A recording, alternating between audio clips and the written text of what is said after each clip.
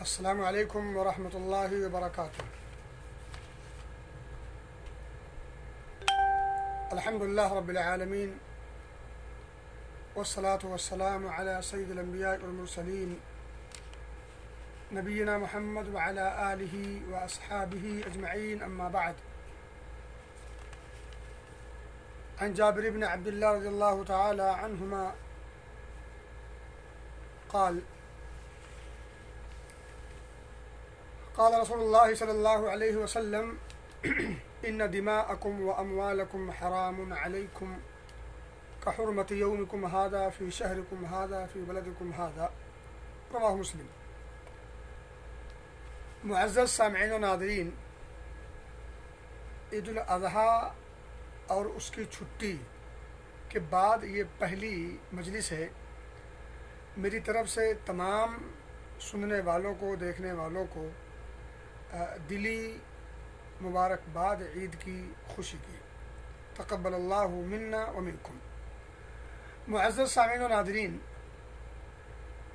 اللہ کے رسول صلی اللہ علیہ وسلم 10 سال تک مدینہ میں رہے۔ 9 سال تک آپ نے حج نہیں کیا۔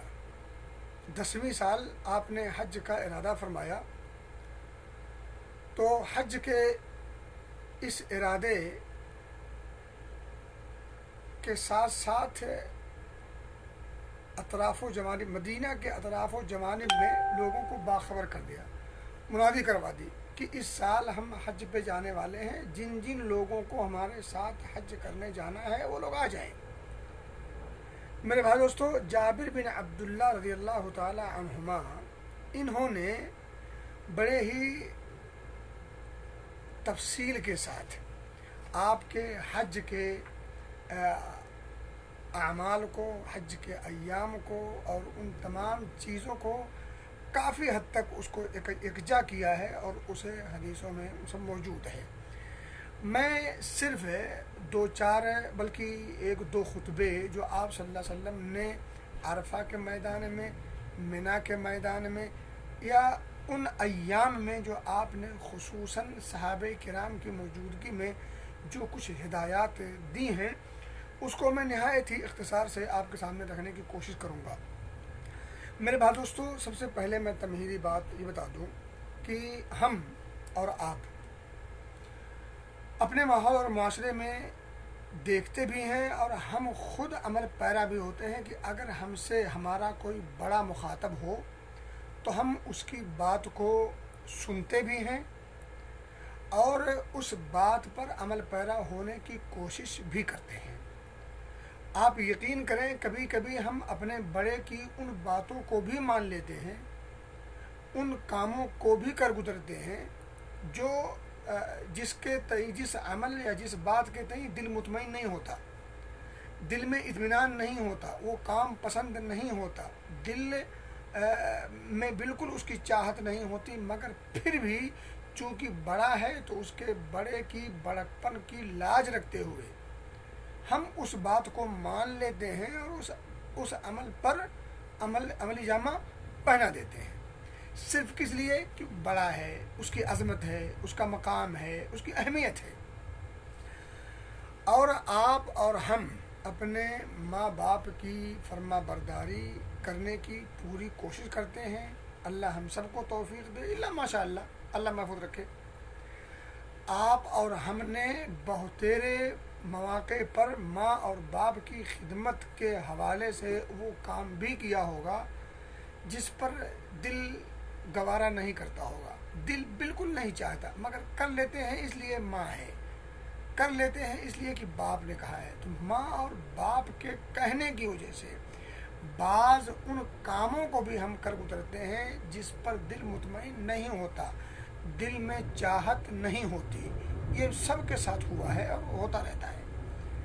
میں بتانا یہ چاہ رہا ہوں کہ اگر ہم ایسا کچھ کرتے ہیں، اور یقیناً کرتے ہیں، تو اللہ کے رسول صلی اللہ علیہ وسلم پر ہم ایمان رکھتے ہیں، آپ کا ہم کلمہ پڑھتے ہیں، آپ کی محبت ہم ایمان کا اہم جز سمجھتے ہیں، آپ کی اطاعت ہم جنت میں داخلے کا سبب اور ذریعہ سمجھتے ہیں، آپ کی باتوں کو سن کر انسن کر دینا اسے ہم دنیاوی اور اخروی دونوں طور پر خسارہ اور ہلاکت و بربادی کا ذریعہ اور وسیلہ سمجھتے ہیں۔ یہ حقیقت ہے، لیکن ایک طرف تو ہم غیر نبی کی اطاعت میں ان کاموں کو بھی کر گزرتے ہیں جس پر دل مطمئن نہیں ہوتا، دوسری طرف نبی اکرم صلی اللہ علیہ وسلم کی باتوں کو ہم سن کر کے اس حد تک چھوڑ دیتے ہیں کہ جیسے لگتا ہے یہ کوئی شخصیت ہی نہ ہو۔ کیوں آخر ایسا ہے؟ یہ ڈبل اسٹینڈرڈ کیوں ہے؟ یہ دوہرا معیار کیوں ہے؟ یہ سوچنے کی ضرورت ہے اور اس پر سنجیدگی کے ساتھ سوچنے کی ضرورت ہے۔ اللہ کے رسول صلی اللہ علیہ وسلم کی کتنی باتوں کو ہم صبح و شام پڑھتے اور سنتے ہیں، مگر کس حد تک ہم اس کو دل میں جگہ دیتے ہیں اور کس حد تک ہم اس پر عمل پیرا ہوتے ہیں، یہ ہم میں کا ہر شخص اپنے آپ سے سوال کر سکتا ہے۔ اور یقیناً اگر ہم اپنے آپ سے سوال کرنے پر تل جائیں، اتر آئیں، تو ہمارا جواب بہرحال ایسا ہوگا جس سے دل مطمئن نہیں ہوگا، جواب درست نہیں ملے گا۔ یہ بہت بڑا المیہ ہے اور بہت بڑا لمحہ فکریہ ہے، قابل غور ہے یہ نقطہ، اس نقطے پر غور کرنے کی ضرورت ہے۔ عام طبقہ ہو تب بھی، خاص طبقہ ہو تب بھی، نبی اکرم صلی اللہ علیہ وسلم کی سنتوں کو وہ پڑھتا ضرور ہے، سنتا ضرور ہے، مگر سن کر کے اس کان سے سنتا ہے، اس کان سے نکال دیتا ہے۔ کیوں آخر ایسا ہے؟ جبکہ آپ کی اطاعت ہم پر فرض ہے، اور یہی نہیں بلکہ آپ کی اطاعت رب کی اطاعت ہے، اور رب کی اطاعت رب کی رحمت کا ذریعہ اور سبب ہے۔ رب کی رحمت کے بغیر جنت کا ملنا ناممکن ہے، مگر ہم نبی اکرم صلی اللہ علیہ وسلم کی بہتری باتوں کو سنتے ہیں، سن کر کے انسن کر جاتے ہیں۔ ماننا تو بہت دور، ذہنی طور پر مانتے ہیں، ہم مان لیے کلمہ پڑھتے ہیں، لیکن عملی طور پر ہم اس کو ماننے کو تیار نہیں ہوتے۔ ایک نہیں ہزاروں مثالیں ہم اور آپ کو مل جائیں گی، اپنے آپ میں بھی اور غیروں میں بھی، دوسروں میں بھی۔ اس نقطے کو ذرا سامنے رکھیں، اس کے بعد آئیے میں اب آپ کو نبی اکرم صلی اللہ علیہ وسلم کا وہ خطبہ سناتا چلوں جو آپ نے وادی عرنا میں، عرفہ کے میدان میں، مقام عرنا پر اپنی اونٹنی قصوہ پر سوار ہو کر کے صحابہ کرام کے سامنے آپ نے جو خطبہ دیا تھا، اس خطبے میں چند ایسی بنیادی اور اہم گفتگو کی ہے، آپ یقین کریں اگر اس نقطوں پر ہم غور کر کے اپنے ماحول اور معاشرے میں اسے جگہ دے دیں، یقین جانیں جس دن ہم ان نقطوں پر عمل پیرا ہو جائیں، اس دن پوری دنیا کی باغ دوڑ ہمارے ہاتھوں میں ہو، عزت و سرفرازی ہمارا مقدر ہو، امن و سکون، چین اور شانتی کا یہ دنیا گہوارہ بن جائے۔ آپ یقین کریں، یہ نقطہ ذہن میں رکھ لیں۔ ایک نقطہ تو یہ کہ ہمیں نبی اکرم صلی اللہ علیہ وسلم کی سنتوں کو جب سنیں، پڑھیں، تو اس پر حتی الامکان عمل پیرا ہونے کی کوشش کریں۔ اگر ایسا نہیں کرتے تو در حقیقت آپ نبی اکرم صلی اللہ علیہ وسلم کے صحیح معنوں میں امتی نہیں ہو سکتے۔ دوسری بات یہ ہے کہ آپ صلی اللہ علیہ وسلم کی بنیادی تعلیمات پر اگر ہم عمل پیرا ہو جائیں تو کوئی وجہ نہیں بنتی کہ ہم بے عزتی کا شکار ہو جائیں۔ آج دیکھیں، آج ماحول دیکھ لیجیے، آپ اپنے ملک عزیز ہندوستان کا جو ماحول ہے وہ دیکھ لیجیے، پوری دنیا کا عموماً تو آپ دیکھ لیجیے، یہ جو ماحول بنا ہوا ہے وہ جو اس میں بہت ساری بنیادی وجوہات ہو سکتی ہیں، لیکن ایک بڑی اہم سر فہرست بنیادی وجہ یہ ہے کہ ہم نے اپنے کلمے کی لاج نہیں رکھی ہے، ہم اپنے کلمے کا صحیح معنی اور مفہوم سمجھ نہیں سکے ہیں، یا سمجھ تو لیے ہیں مگر اس پر عمل پیرا ہونے کے لیے تیار نہیں ہیں۔ یہ بنیادی وجوہات میں سے ہے۔ میرے بھائی دوستوں، میں آپ کو بتا دوں، جابر بن عبداللہ رضی اللہ تعالیٰ عنہ فرماتے ہیں، وہ کہتے ہیں کہ اللہ کے رسول صلی اللہ علیہ وسلم کے حکم سے آپ نے 8 ذی الحجہ کو منی میں جب آپ قیام پذیر تھے تو وہیں سے چند صحابہ کو حکم دیا کہ عرفہ میں ان کا خیمہ لگایا جائے. عرفہ کے میں ان کا خیمہ لگ چکا ہے، اور جب آپ عرفہ میں پہنچے، جب سورج ڈھل گیا تو آپ نے اپنی قصوہ نامی اونٹنی سواری منگوائی، اس پر پالان ڈالا گیا، آپ اس پر تشریف فرما ہوئے. تشریف فرما ہو کر کے آپ نشیبی علاقہ جو وادی عرنا ہے وہاں جا کر کے قبلہ رو کھڑے ہو گئے اونٹنی پر سوار. صحابہ کرام کی موجودگی ہے اور آپ کا خطبہ ہے. وہ خطبہ کیا ہے اب سرسری طور پر آپ جانتے چلیں. آپ نے فرمایا، ذرا غور کریں، ان دماءکم و اموالکم حرام علیکم، یقینی طور پر تمہارے خون اور تمہارے اموال آپس میں ایک دوسرے پر حرام ہے.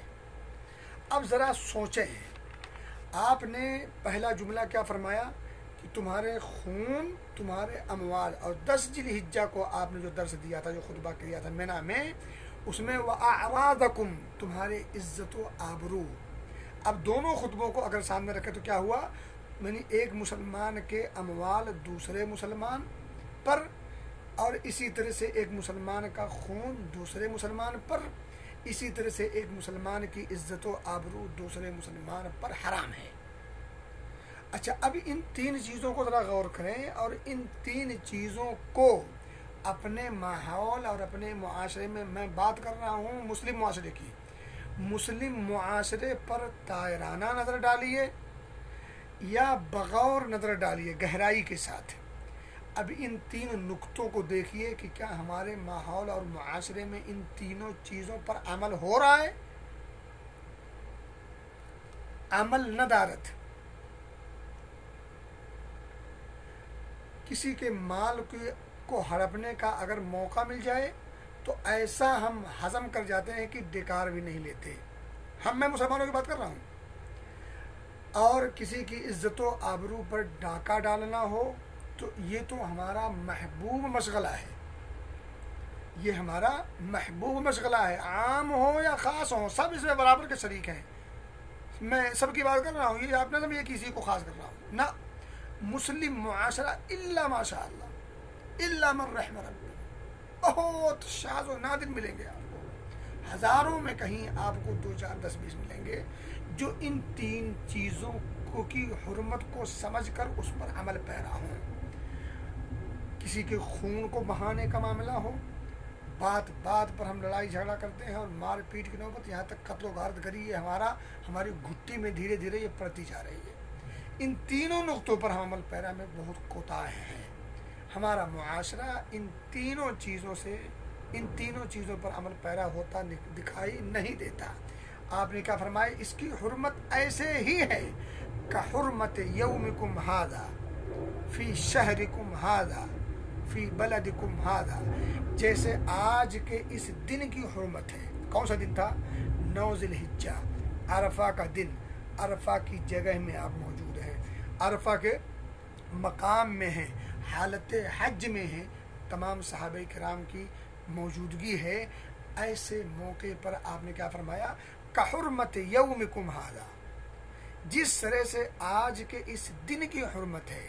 اب دیکھیں، ذی الحجہ کا مہینہ حرمت کا مہینہ ہے، اور پھر ذی الحجہ حرمت تقدس کا جو عظمت کا مہینہ ہے، ساتھ ہی ساتھ 9 ذی الحجہ جو عرفہ کا دن ہے، اس کی عزت، اس کا مقام، اس کی اہمیت، اس کا تقدس بالکل آپ کے سامنے واضح ہے. اور شروع میں عید سے پہلے عرفہ کے دن کی فضیلت اور اس کے اعمال، اس کے افعال، اور یہ اور وہ، ان تمام چیزوں پر آپ نے گفتگو سنی ہے. آپ نے فرمایا کحرمت یومکم ھذا، جس طرح سے اس دن کی حرمت ہے اسی طرح سے، اور آپ نے فرمایا وفی شہرکم ھذا، اور جس طرح سے اس مہینے کی حرمت ہے.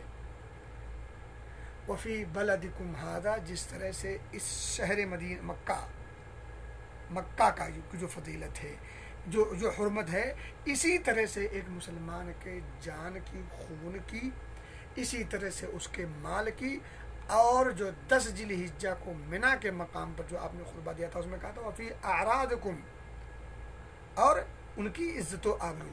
تو میرے دوستو یہ تو آپ نے ایک جملہ فرمایا، اس کے بعد آپ نے دو دیکھیں یہ ایک ایک لفظ ایک ایک مستقل مضمون ہے، میں صرف اشارہ کرتا چل رہا ہوں. آپ نے دوسرا جملہ فرمایا الا کل شیء من امر الجاہلیت تحت قدمی موضوع، خبردار یاد رکھو، متوجہ ہو جاؤ، الا کل شیء من امر الجاہلیہ، جاہلیت کے جتنے امور تھے، جاہلیت کے جتنے کام ہیں، وہ سب کے سب میرے دونوں قدموں کے نیچے رونت دیے گئے، یعنی میری نگاہ میں اس کی کوئی اہمیت نہیں، جسے ہم کہتے ہیں نا کہ پاؤں کی ٹھوکر میں ہے. یہ جاہلیت کے جتنے کام ہیں وہ تمام کے تمام کاموں کا مسلمانوں سے، اسلام سے کوئی لینا دینا نہیں ہے، وہ پاؤں کی جوتوں کی ٹھوکر میں ہیں، میرے دونوں قدموں کے نیچے رونت دیے گئے. اور میرے بھائیوں اور دوستوں، جاہلیت کے کتنے کام ہم میں ہیں جو جاہلیت کے دور میں جس حد تک پائے جاتے تھے اسی حد تک ہم میں پائے جاتے ہیں، ہمارے خاص ماحول اور معاشرے میں بھی اسی حد تک پائے جاتے ہیں، عام ماحول و معاشرے میں بھی. اب آپ مجھے بتائیں، فخر کرنا میں فلاں حسب نسب کا ہوں، یہ جاہلیت کے امور ہیں، ہم میں پائے جاتے کہ نہیں پائے جاتے؟ اور طعن و تشنیع کرنا نسب کے بارے میں، تو فلاں ہے، یہ تو ڈھکا ہے، یہ تو اس خاندان کا ہے، اس قبیلے کا ہے، اس قوم کا ہے، اس زبان کا ہے، اس رنگ اس نسل کا ہے. اس پر طعن و تشنیع کرتا ہوا ہم عام اور خاص کو نہیں پاتے؟ بالکل پاتے ہیں. میں فلاں، یہ جو میں فلاں ہے یہ جاہلیت کے امور میں سے ہے. وہ ایک عام آدمی کرے تب بھی یہ جاہلی کام ہے، ایک خاص آدمی کرے تب بھی جاہلی کام ہے.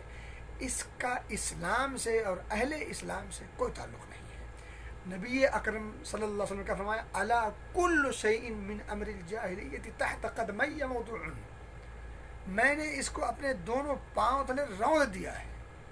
جس چیز کو نبی اکرم صلی اللہ علیہ وسلم اپنے پاؤں تلے رونت دیں، آج عوام اور خواص اس کام کو بڑے شان سے بیان کرے، یہ شان نہیں، بے عزتی کی، بے حسی کی، بے دینی کی، بے غیرتی کی واضح علامت ہے. کہنے والا اس میں شامل ہے، ہر سننے والا اس میں شامل ہے. سنیں، غور کریں ذرا. نبی اکرم صلی اللہ علیہ وسلم نے جاہلی جتنے کام ہیں ان تمام کو جڑ سے کاٹ دیا ہے. نمبر 3، آپ نے فرمایا وہ دماء الجاہلیت موضوعہ، جاہلیت کے جتنے خون تھے، جو انتقامی روش جو ان کی تھی نا، آپ کو پتا ہوگا جاہلیت کے دور میں جو یہ عرب قوم ہے نا، تو یہ آپس میں خوب لڑتی تھی. اس قبیلے نے اس قبیلے کے کسی آدمی کو مار دیا تو اب اس قبیلے کے آدمی انتقام کے طور پر اس قبیلے کے آدمی کو ماریں گے. یہ سلسلہ نسل در نسل اور اسی طرح سے صدیوں چلتا رہتا تھا. اور ظاہر سی بات ہے اس سلسلے کے جو برے نتائج تھے وہ تو متاثر کریں گے ہی. اب یہ تسلسل چلتا رہا. جب نبی اکرم صلی اللہ علیہ وسلم اسلام لے کے پہنچے ہیں تو ظاہر سی بات ہے اسلام ایسی چیزوں کی کو بڑھوتری نہیں دے سکتا. اسلام نے تو ہر اس چیز کو جڑ سے کاٹا ہے جس سے کسی بھی طور پر ایک انسان یا انسانیت پر حرف یا آنچ آتا ہو. آنچ برداشت نہیں کرتا اسلام. جب اسلام آنچ کو برداشت نہیں کرتا تو پھر اہل اسلام کو ایسی چیزوں کو فروغ دیں اہل اسلام اگر، تو اس کی ہمت افزائی اور حوصلہ افزائی کیسے کی جا سکتی ہے؟ ہرگز نہیں کی جا سکتی. آپ نے فرمایا کہ جاہلیت سے جو تسلسل چلا آ رہا، جو سلسلہ چلا آ رہا ہے، آج نوٹ کر لو، اس کو بھی میں نے روک دیا اپنے پاؤں تلے، اب اس کی گنجائش نہیں رہ جاتی. آپ صلی اللہ علیہ وسلم نے یہ بات اتنی فرمائی اور فرما کر کے عملی جامہ پہنانے کے لیے آپ نے آگے ایک قدم بڑھ کر کے جھلکی پیش کی. آپ نے جھلکی کیا پیش کی کہ وَإِنَّ أَوَّلَ دَمٍ أَضْعُ مِن دِمَائِنَا دَمُ ابن ربيعة بن الحارث كان مسترضعا في بني سعد فقتله هذيل. اب ذرا سنیں، آپ صلی اللہ علیہ وسلم نے ایک چیز کو معاشرے سے ختم کیا، ختم کرنے کا اعلان کرنے کے ساتھ ساتھ فوری طور پر عملی جامہ پہنا دیا اسے. معلوم یہ ہوا کہ ہم کچھ کہیں تو کہنے سے پہلے عملی نمونہ کہنے کے ساتھ ساتھ عملی نمونہ بھی پیش کریں. لیکن ایک بات میں بتا دوں کہ اب اس دور میں اگر کوئی آدمی یہ سوچے کہ ہمیں صرف اسی کی بات سننی ہے جو عملی طور پر مکمل کھڑا ہو، تو پھر یہ خواب تو دیکھا جا سکتا ہے، حقیقت میں اس کا وجود اب نہیں ملے گا، خصوصاً اب نہیں ملے گا. کیوں؟ اس لیے کہ انسان تو ویسے بھی خطا کا پتلا ہے کہ نہیں. دوسری بات یہ ہے کہ دن بدن برائیاں، فتنے اور یہ اور وہ بڑھتی جا رہی ہیں. تو اب اگر کوئی شخص یہ چاہتا ہو کہ کہنے والا ابو بکر ہو تو سننے والا بھی عمر، عثمان اور علی، طلحہ، سعد، سعید اور زبیر ہونا چاہیے. تو اب اگر تلاش ہو کہ کوئی وہ کہے جو ابو بکر و عمر جیسا ہو، تو پھر ابو بکر و عمر جیسے ساتھی بھی سامنے ہونے چاہیے. نہ ساتھی ابو بکر و عمر جیسے یہاں موجود ہیں، نہ ابو بکر و عمر موجود ہیں. البتہ خیر و خوبی کی چیزیں جہاں سے مل جائیں اسے لیں اور عملی جامہ پہنانے کے حتی الامکان کوشش کریں. اپنی عاقبت سنوارنے کی جس حد تک فکر کی جائے کم ہے. آپ نے عملی نمونہ پیش کیا، اور نمونہ کیا تھا کہ ابن ربیعہ بن حارث کا جو خون ہے، یعنی وہاں سے تسلسل چلا، جو بنو سعد میں دودھ پینے کے لیے گئے تھے اور حذیل قبیلے کے کسی آدمی نے ان کا قتل کر دیا تھا. تو پھر انتقام کے طور پر یہ تسلسل چلتا رہا.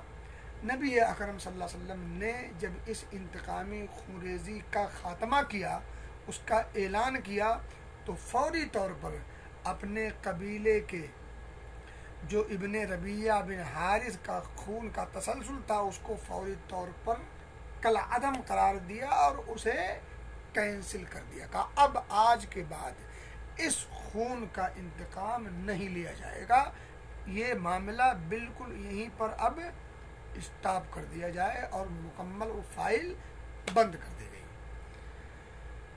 میرے بھائی دوستو، سپریم کورٹ کا فیصلہ تھا. کون سی سپریم کورٹ؟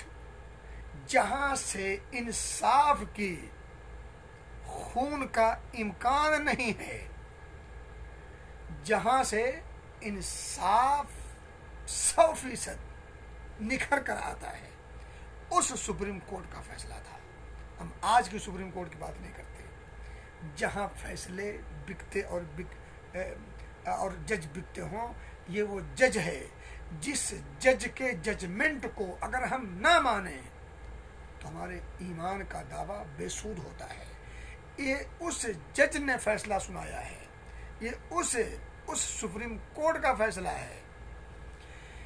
جس حکم کو ماننا ایمان کہلاتا ہے، جس حکم کو مانے بغیر دین و دنیا کی سعادت ناممکن ہے، اس جج نے جب فیصلہ سنایا ہے تو اس فیصلے میں اپنا عملی نمونہ پیش کیا ہے. خلاص آج کے بعد یہ جو خونریزی کا جو سلسلہ تھا بند ہوتا ہے، اور بند کرنے میں سب سے پہلے میں اپنی عملی شکل پیش کر رہا ہوں. جو ابن ربیعہ بن حارث کا خون تھا آج سے وہ معاف، اب وہ فائل مکمل طور پر بند.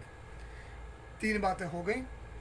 چوتھی بات آپ نے فرمائی وَرِبَ الْجَاهِلِيَّةِ مَوْضُوعٌ، جاہلیت کے جتنے سودی کاروبار تھے سب اب ختم. اب جن جن لوگوں کے جو لین دین تھے، جو میں مکمل سسٹم پر آپ نے آرا چلایا ہے، سودی سسٹم اور کاروبار اکثر طور پر، مکمل طور پر وہ بلڈنگ آپ نے ڈھا دی، ڈائنامیٹ کر دی وہ بلڈنگ، جس بلڈنگ میں سودی کاروبار کا امکان تھا۔ آپ نے فرمایا وَرِبَ الْجَاهِلِيَّةِ مَوْضُوعٌ، جاہلیت کا جو یہ سودی جو کچھ سسٹم تھا، جو کچھ معاملہ تھا، جتنے امور تھے، سب آج مکمل میرے پاؤں تلے رول دیے گئے۔ یہاں بھی آپ نے عملی نمونہ پیش کیا، کیا فرمایا؟ آپ نے فرمایا وَأَوَّلُ رِبَا أَضْعُ رِبَانَا ربا عباس بن عبد المطلب فإنه موضوع كله۔ اللہ اکبر، اللہ اکبر۔ آپ نے کیا فرمایا؟ یہ جو سب سے پہلا جو ربا کا سودی جو معاملہ تھا، میرے چچا عباس بن عبد المطلب کا تھا، اس کو مکمل طور پر میں نے روند دیا، ختم کر دیا، مکمل طور پر اس فائل کو بند کر دیا۔ اب یہ فائل کبھی کھل نہیں سکتی۔ میرے بھائیوں اور دوستوں، آپ ذرا سوچیں، خون بہانا کسی کا، اور وہ بھی مسلمان کا، اور سودی کاروبار کرنا، اس میں لت پت ہونا، یا اس میں مشارکت اختیار کرنا، یا اس میں کسی قسم کی شمولیت اختیار کرنا، یہ دونوں پہلو کتنے بھیانک ہیں، کتنے خطرناک ہیں۔ کسی سے ڈھکا چھپا ہے؟ کون نہیں جانتا کہ قتل کرنا کتنا بھیانک جرم ہے؟ کسی کا خون بہانا ناحق طور پر کتنا خطرناک یہ پہلو ہے۔ قرآن کی ایک آیت میں 5 سزا کا تذکرہ کیا گیا ہے ان لوگوں کے لیے جو ناحق کسی مومن کا قتل کرتے ہیں۔ من یقتل مؤمنا متعمدا فجزاؤہ جہنم، بدلہ جہنم ہے، خالدا فیہا، ہمیشہ ہمیش اس جہنم میں رہیں گے، ولعنہ، وغضب اللہ علیہ، اللہ رب العزت کا غضب ایسے لوگوں پر نازل ہوتا ہے، ولعنہ، اللہ کی لعنت اور پھٹکار ہوتی ہے ایسے لوگوں پر، اللہ کی لعنت کسی پر ہو۔ کیا مطلب؟ یعنی اللہ کی رحمت سے دور ہو گیا وہ شخص۔ جو شخص اللہ کی رحمت سے دور ہو، جس شخص پر اللہ کا غضب ہو، مجھے بتائیں اس کے یہاں سعادت، خوشبختی کا کوئی پہلو پایا جا سکتا؟ وغضب اللہ علیہ ولعنہ وأعد له عذابا عظیما، ایسے لوگوں کے لیے اللہ رب العزت نے تیار کر رکھا ہے بڑا عذاب۔ اور ربا، سود کا کھانا کھلانا، اس میں کسی قسم کی مشارکت کرنا، اس میں اس کی گواہی دینا، اس کو لکھنا پڑھنا، منشی گیری کرنا، جو کچھ بھی ہے، کسی بھی قسم کی کوئی شمولیت ہے، جانتے ہیں کتنا بھیانک ہے۔ جس شخص کے جسم کی نشو و نما ہو سود سے، ایسے جسم کے لیے جہنم کی آگ زیادہ سوٹیبل ہے، زیادہ مناسب ہے۔ یہ حدیث کا مفہوم ہے۔ اور سود کا استعمال کرنا، اسے کھانا، یہ اپنی ماں کے ساتھ انا للہ و انا الیہ راجعون۔ سوچے ذرا کتنا گھناؤنا عمل ہے یہ۔ لیکن آج مسلم معاشرے میں بھی یہ گھناؤنا عمل بڑی ہی شرح صدر کے ساتھ کیا جا رہا ہے۔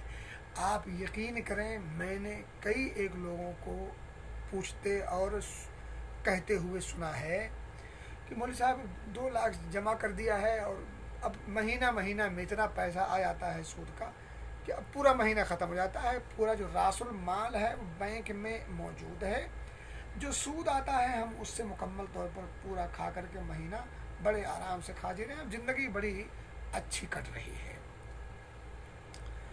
سوچیں ذرا، یہ زندگی اچھی کٹ رہی ہے، اس کو زندگی کاٹنا کہتے ہیں؟ اس سے بڑی مصیبت، اس سے بڑا فتنہ اور آزمائش کیا ہو سکتی ہے؟ تو سودی سسٹم اور کاروبار اور اس میں لت پت ہونا، اس میں اپنے آپ کو شامل کر لینا، اس کی شمولیت و شراکت اللہ سے جنگ ہے، اللہ اس کے رسول سے جنگ ہے۔ تو بہرحال یہ ہو گیا۔ آپ نے پھر آگے فرمایا فاتقوا اللہ فی النساء، عورتوں کے معاملے میں اللہ سے ڈرتے رہنا۔ عورتوں کے دیکھیں خصوصاً اللہ کے رسول صلی اللہ علیہ وسلم نے اس خاص موقع پر، خاص دن، خاص جگہ، خاص خطاب، اس خاص خطاب میں خصوصاً عورتوں کے تعلق سے آپ نے خصوصاً مرد حضرات کو یہ تاکید کی ہے کہ عورتوں کے معاملے میں ذرا مثبت قدم اٹھانا، اللہ سے ڈرتے رہنا، کوئی حکم لگانے سے پہلے، کوئی فیصلہ کرنے سے پہلے، کوئی حرکت کرنے سے پہلے عورتوں کے معاملے میں ذرا حساب سے اللہ کا ڈر شامل حال رہنا چاہیے۔ آپ نے آگے جملہ فرمایا، دیکھیں ایک میں نے پہلے کہا کہ ایک ایک جملہ تفصیل طلب ہے، میں جو کچھ ہو سکتا ہے تھوڑی تھوڑی۔ آپ نے فرمایا فَإِنَّكُمْ أَخَذْتُمُوهُنَّ بِأَمَانِ اللَّهِ، تم نے انہیں اللہ کے عہد و پیمان کے ساتھ اپنایا ہے۔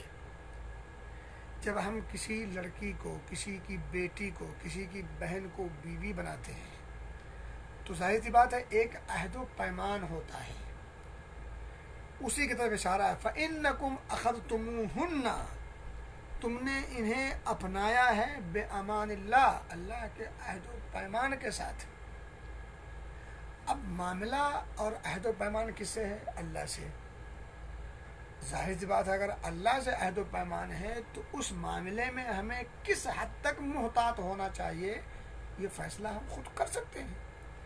آپ نے آگے فرمایا وَاسْتَحْلَلْتُمْ فُرُوجَهُنَّ بِكَلِمَةِ اللَّهِ، اللہ کے کلمے کے ذریعے سے ان کی شرمگاہوں کو تم نے اپنے اوپر حلال ٹھہرایا ہے۔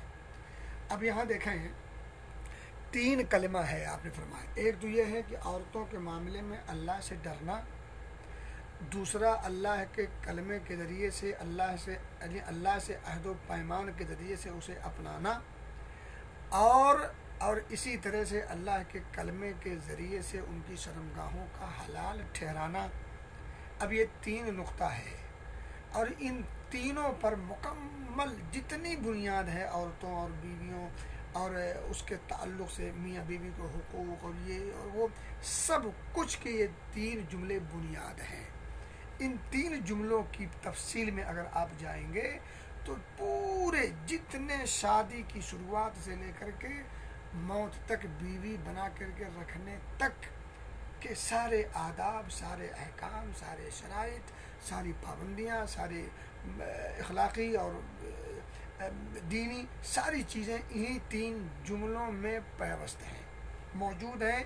گویا کہ یہ 3 جملے بنیاد ہیں، باقی عمارت آپ کے بہت کچھ سنا ہوگا، بہت کچھ پڑھا ہوگا۔ میرے بھائی دوستو، اس سے معلوم یہ ہوتا ہے کہ میں چونکہ بڑا اہم نقطہ ہے تو اسے تھوڑا اشارہ کر دوں۔ آج دیکھیں لوگ شادی سے کتراتے ہیں، کیونکہ اب گرل فرینڈ اور بوائے فرینڈ یہ تو ایک عام سا ماحول بنتا جا رہا ہے، بلکہ جس لڑکی کے پاس بوائے فرینڈ نہ ہو، جس لڑکے کے پاس گرل فرینڈ نہ ہو، وہ گویا کہ اپنے ماحول کا، اپنے معاشرے کا نکمہ ہے۔ اب تو ماحول اور معاشرہ اس حد تک بگڑ چکا ہے، آپ اندازہ کریں۔ میرے بھائیوں اور دوستوں، شہوانی کیفیت کو بجھانے کے لیے، خواہشات نفسانی کی تکمیل کے لیے جائز وسیلہ اور ذریعہ ہی ہے، باقی جتنے ذرائع ہیں وہ سب حرام ہیں، باقی جتنے ذرائع ہیں وہ سب حرام ہیں۔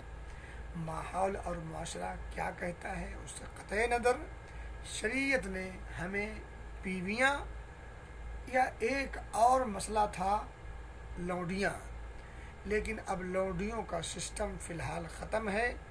ایک دور تھا ممکن ہے ایک دور آ جائے، لیکن فی الحال اس وقت ہم سب کے پاس اپنے نفسانی خواہشات کی تکمیل کا صرف ایک ذریعہ ہے اور وہ ہے بیویاں۔ اچھا، میں نے بیویاں کہہ دیا ہے، جس میں ایک نقطہ اور سمجھ میں آ گیا کہ ایک سے زیادہ بیویاں کاش کی یہ ماحول بھی بن جاتا، لیکن یہ ماحول بننے سے رہا کیوں؟ اس لیے کہ ماحول بنایا جاتا ہے، ماحول خود نہیں بنتا، اور اس ماحول کے بنانے میں جہاں عورتیں بھی مخل ہیں وہیں مرد حضرات بھی آڑے آتے ہیں۔ ابھی کسی مرد سے، کسی آدمی سے اگر پوچھیں کہ اس کی بیٹی کا کوئی شوقن، اس کی بہن کا کوئی شوقن آ رہا ہو تو اسے برداشت ہے؟ کہے گا نہیں۔ تمہیں دوسری کرنی ہے؟ ہاں ہاں شوق سے۔ تو دوسری کرنے کا شوق تو ہے، تیسری کرنے کا شوق تو ہے، چوتھی کرنے کا شوق تو ہے، مگر اپنی بہن کی شوق اگر کوئی شوقن آئے تو اس کی جان مارنے کے لیے ہم اس کے گھر پہنچ جاتے ہیں، اس کے خلاف مقدمہ کرنے کے لیے، اور مقدمے میں ایسی شک ڈالتے ہیں کہ جس سے وہ اب جیل ہی میں رہے، جیل سے باہر آنے کا سمبھاونا اور امکان نہ رہ جائے۔ تو دو طرفہ معاملہ ہے، یہ اتنا آسان نہیں دکھ رہا ہے، لیکن بہرحال نا امید مومن نہیں ہوتا کسی بھی معاملے میں۔ بڑے بڑے معاملوں میں وہ نا امید نہیں ہوتا، تو یہ معاملہ بہت چھوٹا ہے۔ میرے بھائی دوستو، آپ نے آگے فرمایا وَلَكُمْ عَلَيْهِنَّ أَلَّا يُؤْتِئْنَ فُرُوشَكُمْ أَحَدًا تَكْرَهُونَهُ۔ عورتوں کو ایک خصوصاً نقطہ دیا کہ عورتوں پر یہ ذمہ داری ہے تمہارے لیے، یعنی عورتوں کی ایک اہم چیز پر توجہ دلائی عورتوں کو کہ دیکھو تم اپنے یعنی عزت و آبرو، عورت کی ذمہ داری ہے کہ وہ عزت و آبرو کا خاص خیال رکھے۔ کوئی ایسا پہلو، کوئی ایسا عمل، کوئی ایسی حرکت نہ ہو جس سے عزت پر آنچ آتی ہو، جس سے شوہر کی ناک پر حرف آتا ہو۔ تمہیں عزت کے معاملے میں بھرپور خیال کرنا ہے، اس میں کوئی سمجھوتا نہیں، کوئی کمپرومائز نہیں ہوگا۔ اب آگے آپ نے فرمایا فَإِنْ فَعَلْنَ ذَلِكَ، لیکن اگر کبھی کوئی ہلکی پھلکی کوئی حرکت ہو جائے، بھئی انسان ہے، ہو جاتا ہے۔ دیکھیں ایک بات اور مجھے یاد آ گئی، مرد حضرات جب دائیں بائیں آنکھیں اور پلکیں جھپکاتے ہیں تو اس کو معاشرہ عیب نہیں سمجھتا۔ آپ اگر میلی نگاہ کسی عورت پر ڈالیں تو یہ بھی عیب ہے۔ اسی طرح سے جس طرح سے کوئی عورت کسی آدمی پر نگاہ ڈالے، یہ دونوں عیب ہے۔ مرد بدتمیزی کرے تو بھی عیب ہے، جس طرح سے عورت کی بدتمیزی عیب شمار ہوتی ہے۔ عورت اگر نگاہیں دو چار کرے غیر شرعی طور پر، جس طرح سے یہ جرم ہے، اسی طرح سے مردوں کا نگاہوں کا دو چار کرنا یہ بھی جرم ہے۔ ماحول اور معاشرے میں اگر بیٹا کسی کی بیٹی کے ساتھ، اپنا بھائی کسی کی بہن کے ساتھ اگر کچھ رنگ رلیاں مناتا ہوا پکڑا گیا تو بیٹے والے کے چہروں پر کوئی شکن نہیں آتی، بیٹی والے پریشان آتے کہ عزت چلی گئی۔ عجیب قسم کی سوچ ہے، عزت دونوں کی گئی ہے، عزت پر بٹا دونوں کے پڑا ہے، لیکن اس ماحول اور معاشرے پر کتنا بھی رویا جائے کم ہے۔ بیٹے والے کو کوئی غم نہیں ہوتا، ہاں بیٹا تھا، بھائی تھا، ہم بیٹے والے ہیں۔ میرے بھائیو دوستو، شریعت کا کیا حکم بیٹا اور بیٹی کے حساب سے ہے؟ نہیں، شادی شدہ اور غیر شادی شدہ کے حساب سے ہے۔ جو کوڑے پڑیں گے، جو حد جاری ہوگی، وہ کس حساب سے ہوگی کہ یہ بیٹے والے ہیں اور یہ بیٹی والے ہیں؟ نہیں، یہ شادی شدہ ہے، اس کی حد بندی، اس کی حد، اس کی سزا مختلف ہے۔ یہ غیر شادی شدہ ہیں، اس کی سزا، اس کی حد مختلف ہے۔ شادی شدہ اور غیر شادی شدہ کے حساب سے ہے، نہ کہ بیٹا اور بیٹی کے حساب سے ہے۔ میرے بھائی دوستو، میں کہہ رہا تھا کہ اگر عورتوں سے کچھ ہلکی پھلکی اونچ نیچ ہو جائے، فَاضْرِبُوهُنَّ ضَرْبًا غَيْرَ مُبَرِّحٍ، تو انہیں مارا جائے، لیکن ایسی مار نہیں کہ ہڈی گڈی ٹوٹ جائے. یعنی دیکھیں اصل میں پریشانی کیا ہے، ہم لوگوں کی جو سوچ ہے، جو عمل ہے، چونکہ ہم کتاب و سنت کے علم سے بے بہرا ہیں، اور جو ماحول اور معاشرے کا ہم کی چھاپ ہم پر مکمل ہے. اسلام کی چھاپ ہم پر نہیں، ماحول اور معاشرے کی چھاپ ہم پر ہے. ہم خوشی میں ہوتے ہیں تب بھی، غمی میں ہوتے ہیں تب بھی، تو ہم اسلامی دائرے میں خوشی نہیں، اسلامی دائرے میں غمی نہیں مناتے. ہم خوشی اور غمی عموماً اپنے ماحول اور معاشرے کے دائرے میں مناتے ہیں. ماحول اور معاشرے میں بیویوں کو مارنا یہ مردانگی شمار ہوتا ہے، یہ مردانگی شمار ہوتا ہے. شریعت میں اس کو مردانگی نہیں کہا گیا ہے. بیوی کو مارنا نہیں، بیوی اگر غلطی کرے تو اس کو مارا جائے بالکل. فَضْرِبُوهُنَّ نبی کا الفاظ ہیں، فَضْرِبُوهُنَّ مارو. لیکن آگے جو جملہ ہے ضرباً غیر مبرح، ایسی مار نہ ہو جس سے ہڈی ٹوٹ جائے، جس سے نشان پڑ جائے، جس سے کوئی خلقی طور پر کوئی نقصان ہو جائے. مارا جاتا ہے کس لیے؟ تنبیہ کے لیے. کیوں مارتے ہیں؟ تنبیہ کے لیے، غلط کاموں سے روکنے کے لیے. آپ ہاتھ پاؤں توڑ دیں، آنکھیں پھوڑ دیں، کان کاٹ دیں، ناک کاٹ دیں، یا ایسی مار ماریں جس سے اس کی موت واقع ہو جائے، تو پھر اس مارنے کا فائدہ یہاں یہ ہے کہ اگر کچھ غلطیاں ہو رہی ہیں تو ان غلطیوں کی اصلاح ہو جائے. اب جب اس کے آپ نے ہاتھ پاؤں توڑ دی تو آپ نے غلطی اصلاح کہاں کی؟ ایک نئی مصیبت آپ نے کھڑی کر دی. تو ایک مصیبت، چھوٹی مصیبت سے بچانے کے لیے آپ بڑی مصیبت کھڑی کر دیں، یہ کہاں کی عقل مندی ہے؟ یہ عقل مندی بھی نہیں ہے اور شرعی تقاضا بھی نہیں ہے. آپ نے کہا مارو، لیکن مارنا ہے اصلاح کے لیے. آپ صلی اللہ علیہ وسلم نے آگے فرمایا وَلَهُنَّ عَلَيْكُمْ رِزْقُهُنَّ وَكِسْوَتُهُنَّ بِالْمَعْرُوفِ. دیکھیں عورتوں اور مردوں یعنی میاں بیوی کے تعلق سے آپ نے تھوڑی سی وضاحت بھی کی ہے. دیگر حالانکہ اس سے بڑے بڑے معاملے ہیں، ان تمام بڑے بڑے معاملوں میں آپ نے صرف نشاندہی کی ہے، صرف اشارہ کیا ہے مین اور اہم نقطوں. لیکن یہاں میاں بیوی کے تعلق سے آپ نے تھوڑی سی اور گفتگو کی ہے. آپ نے کیا فرمایا؟ اب تمہاری یعنی مردوں کی ذمہ داری ہے کھانا اور کپڑا معروف طریقے سے، معروف انداز میں کھانا اور کپڑا یہ مرد کی ذمہ داری ہے. اور اس معاملے میں بھی اگر دیکھا جائے تو بر صغیر میں خصوصاً یہ جو ہمارا ماحول ہے، بہرحال اس میں مرد ان چیزوں کو نبھاتے ہیں، لیکن شہروں میں مرد اگر کہیں نکمہ مل جائے تو وہ عورتوں کی کمائی کھاتے ہیں. اور ہمارے یہاں کا جو ماحول ہے کمائی کا اور جو مال پراپرٹی کا، وہ ہمارا ماحول بالکل درست نہیں ہے.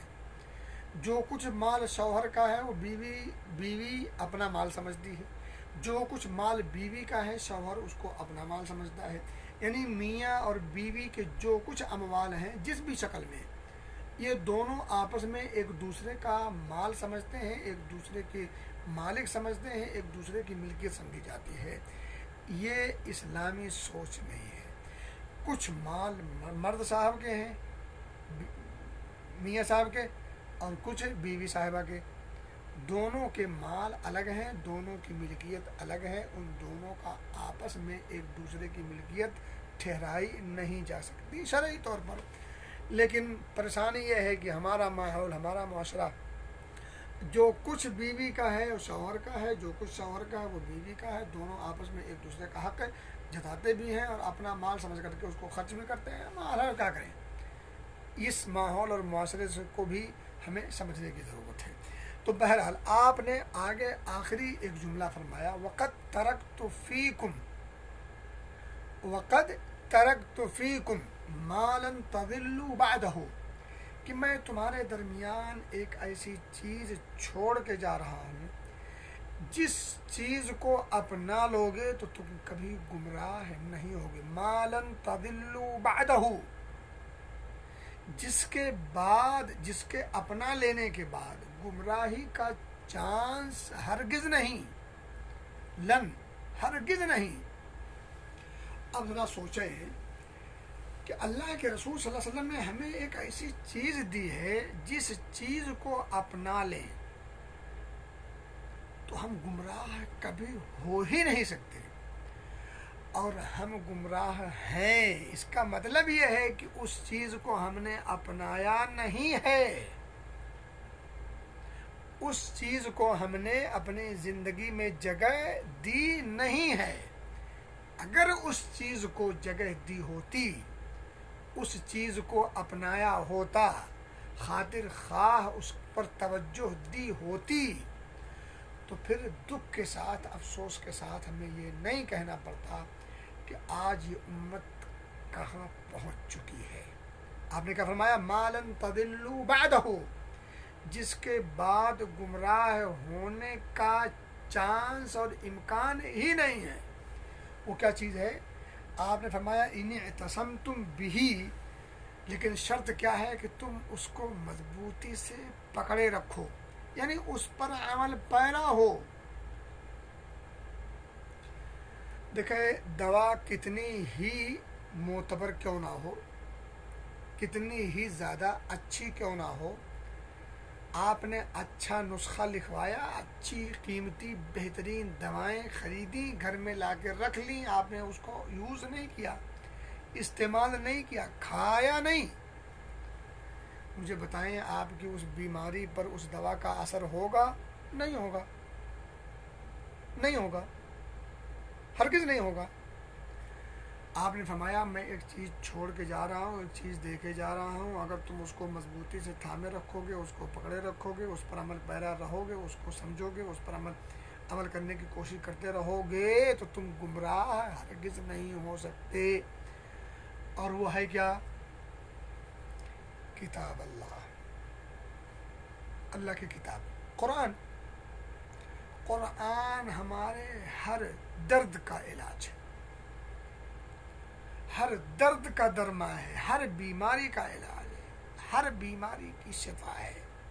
کون سا ایسا دکھ ہے جس دکھ کا، جس غم کا، جس درد کا، جس مصیبت کا علاج اس قرآن میں موجود نہیں ہے؟ جی ہاں، دنیا کا غم ہو اس کا بھی علاج ہے اس قرآن میں، دین کا غم ہو اس کا بھی ہے اس قرآن میں علاج۔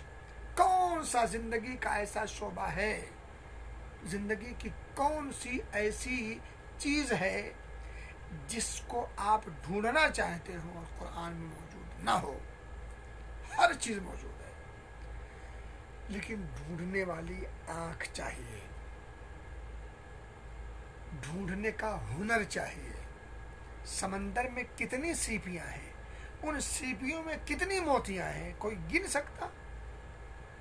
لیکن ان سیپیوں تک ہاتھ پہنچنا چاہیے، وہ سیپیاں ہاتھ میں آئیں تو صحیح، وہ سیپیاں کھلیں تو صحیح، پھر آپ کو موتیاں ملیں گی۔ سمندر کے تہ میں سیپیاں ہوتی ہیں، اوپر اوپر نہیں ہوتی۔ ہم نے قرآن کو اوپری طور پر خریدا، سجایا، جزدان میں رکھ دیا طاق پر۔ سمندر کے اوپر اوپر سیپی نہیں تیرتی، سمندر میں غوطہ زن ہوں، محنت کریں، اندر جائیں، سیپیوں کو تلاش کریں، پھر جب سیپیاں حاصل ہو جائیں پھر اس کو کھولیں، یقین جانیں موتیاں ہی موتیاں ہیں۔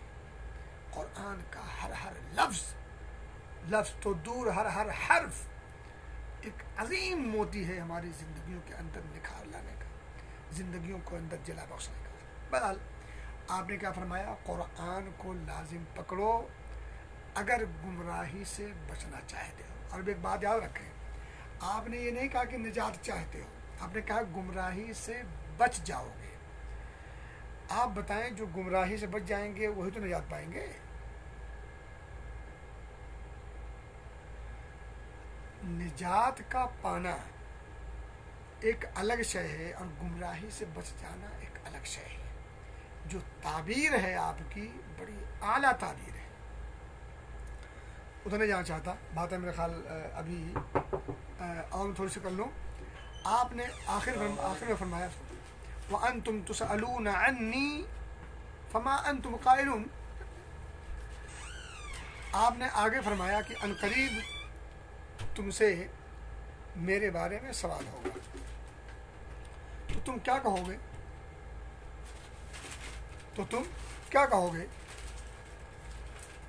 وَأَنْتُمْ تُسْأَلُونَ عَنِّي فَمَا أَنْتُمْ قَائِلُونَ، تو عنقریب تم سے میرے بارے میں سوال ہوگا تو تم کیا جواب دو گے؟ قَالُوا نَشْهَدُ أَنَّكَ قَدْ بَلَّغْتَ وَأَدَّيْتَ وَنَصَحْتَ، تو صحابہ کرام بیک زبان ہو کر کے انہوں نے عرض کیا کہ ہم گواہی دیں گے اس بات کی کہ آپ نے جو رسالت کی ذمہ داری تھی وہ ادا کر دی، آپ نے وہ پیغام پہنچا دیا، وہ فریضہ ادا کر دیا، اور خیرخواہی کرنے میں آپ نے کوئی کمی اور کجی نہیں کی۔ آپ نے صحابہ کرام کو مخاطب ہو کر کے آپ نے ان سے پوچھا کہ اللہ کی بارگاہ میں جب میرے بارے میں سوال ہوگا تو تم کیا جواب دو گے؟ تو انہوں نے کیا کہا کہ ہم جواب دیں گے، ہم گواہی دیں گے اس بات کی کہ آپ نے رسالت و نبوت کی جو ذمہ داری آپ کے کاندھے پر رکھی گئی تھی آپ نے کما حق وہ حق ادا کر دیا، خیر خواہی کرنے میں آپ نے کوئی کمی اور کجی نہیں چھوڑی۔ فقالا، آپ صلی اللہ علیہ وسلم نے اس کے بعد، ذرا دیکھیں وہ جابر بن عبداللہ روایت کرتے ہوئے کہتے ہیں کہ اس کے بعد آپ نے اپنی انگشت شہادت، یہ انگلی اٹھائی، یرفعها الی السماء وینکتها الی الناس، اٹھائی آسمان کی طرف، جھکائی انسانوں کی طرف، صحابہ کرام کی طرف، اور یہ آپ نے حرکت کی، عمل کیا، اور زبان سے گویا ہوئے اللہم اشہد، اے اللہ تو گواہ، 2 بار آپ نے فرمایا زبان طور پر، اور حدیث کا بات ہے کہ 3 مرات 3 مرتبہ آپ نے اللہ کو گواہ بنا کر کے انگلی اٹھائی آسمان کی طرف، جھکائی صحابہ کرام کی طرف، اور زبان سے گویا ہوا کہ مولا تو گواہ رہ کہ میں نے نبوت و رسالت کی ذمہ داری کما حقہ من عنہ بہو ایسے ہی ادا کر دی جیسے تو نے مجھے عطا کی تھی، خیر خواہی کرنے میں نے کوئی کمی اور کجی نہیں چھوڑی ہے، کوئی دقیقہ فروگزاشت نہیں کیا ہے۔ یہ 3 بات آپ نے فرمایا۔ یہاں ایک بات میں بتا دوں آپ کو چلتے چلتے، آپ نے انگلی اٹھائی آسمان کی طرف، یہ آسمان میں ہے کون؟ ہم لوگ کہتے ہیں کہ اللہ رب العزت مومن کے دلوں میں ہے، اللہ ہر جگہ ہے، یہ عقیدہ فاسد ہے، یہ کتاب و سنت سے بالکل ٹکراتا ہوا عقیدہ ہے۔ نبی مکرم صلی اللہ علیہ وسلم نے صحابہ کرام کی موجودگی میں مقام عرفہ میں آپ نے انگلی اٹھائی آسمان کی طرف اور کیا کہا؟ اللہم اشہد، مولا تو گواہ رہ، نے جو گفتگو کی ہے، میں نے ان سے پوچھا ہے کہ اگر اللہ نے سوال کیا کہ نبی تمہارے درمیان میں آئے تھے تو انہوں نے کیا کیا؟ تو انہوں نے گواہی دی ہے کہ ہم گواہ دیں گے اللہ کے دربار میں کہ نبی اکرم نے نبوت کا بار جو اٹھایا تھا مکمل ادا کر دیا۔ اللہ تو بھی گواہ رہو، اللہ کہاں ہے؟ آسمانوں میں ہے، اور حدیثوں میں اور قرآن میں اس کی وضاحت ہے آسمانوں میں کہاں ہے، ثم استوى علی العرش الرحمن علی العرش استوى۔ تو میرے بھائی دوستوں کہنے کی بات یہ ہے کہ اس حدیث پاک میں اور بہت ساری خطبے آپ نے مختلف مواقع پر مختلف جگہوں پر دیے تھے، انشاءاللہ اگلے درس میں آپ کے سامنے گفتگو رکھی جائے گی۔ تو بہرحال آج کے اس درس میں جو نبی اکرم صلی اللہ علیہ وسلم نے خطبہ دیا تھا عرفہ کے میدان میں صحابہ کرام کی موجودگی میں، اس میں آپ نے 10 چیزیں سیکھی ہیں، میں ذرا اشارہ کرتا چلوں۔ ایک تو یہ ہے کہ مسلم کے خون کی حرمت کی وضاحت کی، یعنی ایک مسلمان کسی مسلمان کا خون نہیں کر سکتا ناحق طور پر۔ دوسرا، مال مسلم کی حرمت، یعنی کوئی مسلمان کسی مسلمان کے مال کو ناجائز طریقے سے ہڑپ نہیں سکتا، اس کی حرمت واضح ہے۔ تیسرا، جاہلیت کے جتنے کام ہیں، جتنے امور ہیں، ان تمام چیزوں کے خاتمے کا آپ نے اعلان کر دیا، اس لیے جاہلی جتنے کام ہیں ان سے بھی بچنا ہمارے لیے ضروری ہے۔ چوتھی بات، جاہلیت کے خون کا بھی خاتمہ آپ نے فرما دیا، اب جاہلیت کے خون کی بھی کوئی وقات اور حیثیت نہیں رہ گئی۔ سود کا بھی آپ نے خاتمہ مکمل طور پر فرما دیا، سود کے کھانے کھلانے، اس میں حصہ لینے، اس معاملے میں لت پت ہونے کی کوئی گنجائش کسی بھی مسلمان کو باقی نہیں رہ جاتی۔ اسی طرح سے معلوم ہوتا ہے کہ آپ نے ان تمام امور میں عملی جامہ اور عملی نمونہ بھی پیش کیا ہے۔ ہمیں بھی چاہیے کہ ہم ان تمام چیزوں میں عملی نمونہ پیش کرنے میں آگے بڑھیں اور پیچھے نہ ہٹیں۔ اسی طرح سے عورتوں کے بارے میں اللہ سے ڈرنے کا حکم بھی آپ نے دیا اور چند چیزوں کی طرف خصوصی طور پر توجہ دلائی، اس پر بھی ہمیں توجہ دینے کی از حد ضرورت ہے۔ اسی طرح سے آپ نے خاوند اور بیوی کے کچھ حقوق کی خصوصیت کے ساتھ رہنمائی کی ہے، اس پر بھی توجہ دینے کی از حد ضرورت ہے۔ اسی طرح سے آپ نے کتاب اللہ کو مضبوطی سے تھامنے اور پکڑنے کا حکم دیا تاکہ امت گمراہی سے بچ سکے۔ تو گمراہی سے بچنا ہے تو کتاب اللہ کو تھامے بغیر یہ کام ممکن نہیں ہے۔